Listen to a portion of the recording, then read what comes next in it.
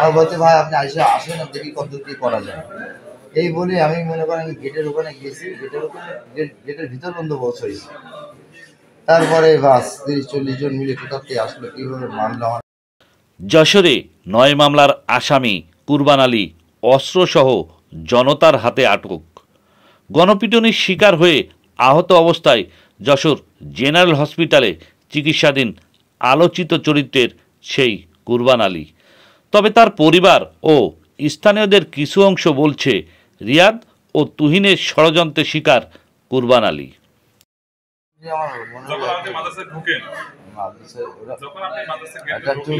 TV করে একজন ভেসেছিল বুঝলেন স্যার, হ্যাঁ আমি ওইটাই রিয়াদ বলছি।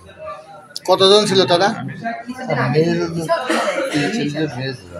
ওর সাথে তুহিনের সাথে আপনার বিরোধটা কি নিয়ে?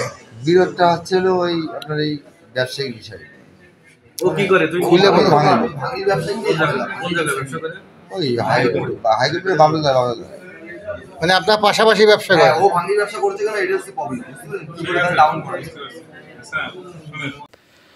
গুরুতর আহত আলোচিত সেই কুরবান আলী জানান তিনি পেশায় একজন ভাঙড়ি ব্যবসায়ী। শেখাটি হাইকোর্ট মোড়ে তার দোকানের পাশের দোকানদার তুহিনের সাথে ব্যবসায়িক দ্বন্দ্বের কারণে গতকাল রাত ৮টার দিকে তুহিনের সহযোগী রিয়াদ তাকে ডেকে নিয়ে আমেনিয়া মাদ্রাসার ভিতরে পিটিয়ে পা ভেঙে দিয়ে অস্ত্র ও গুলিসহ তাকে পুলিশের কাছে সোপর্দ করে। যশোর কোতোয়ালি থানার এসআই মোফাজ্জল হোসেন অস্ত্র গুলি সহ কুরবানকে উদ্ধার করে তাকে চিকিৎসার জন্য যশোর জেনারেল হসপিটালে নিয়ে যান। আমার ওই রিয়াদের সবাই ওরা বলছিলাম যে ভাই আমার কিছু টাকা দেওয়া যাবে ভাই, আমার দোকানটা খুলতাম ভাই, আমি যদি কিছু মাল জিনিস কিনতে পারতাম, আমি একটু বাজারঘাট করতে পারি, আমি অভাবে আছি খুব বুঝলেন। আমার বলছে ভাই আপনি আসেন দেখি কত কি করা যায়।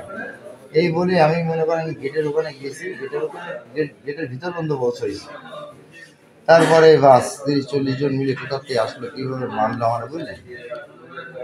আমি আর নামগুলো তুহিন, রিয়াদ আর কারা কারা ছিল? এদের সাথে দ্বন্দ্ব কি নিয়ে? ভাঙ্গি ব্যবসা করতো পাশাপাশি ভাঙির ব্যবসা করতো না? কখন হয়েছে এটা? এটা আমরা বাড়ি রয়েছি, তুই জানিনি ফোন করেছে অবস্থা বলতে গুলি করে মেরে ফেলে দিয়েছে। আমরা তো আগ করে আমি হাতে চুকি কুরবান আলী না? আগে বড় মামলা ছিল। কি মামলা? ও আমার সঙ্গে ইন্ডিয়া চলে গেছিল, আমি ইন্ডিয়ায় আয়ুর্বেদিক ব্যবসা করতাম, ও ওখানে করতো।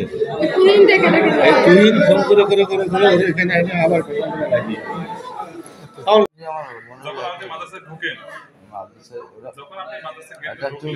টিভি করে একজন ভেসেছিল বুঝলেন স্যার, হ্যাঁ আমি ওইটাই রিয়াদ বলছি। কতজন ছিল তারা? ওর সাথে তুহিনের সাথে আপনার বিরোধটা কি নিয়ে? বিরোধটা হচ্ছিল ওই আপনার এই ব্যবসায়িক বিষয়ে।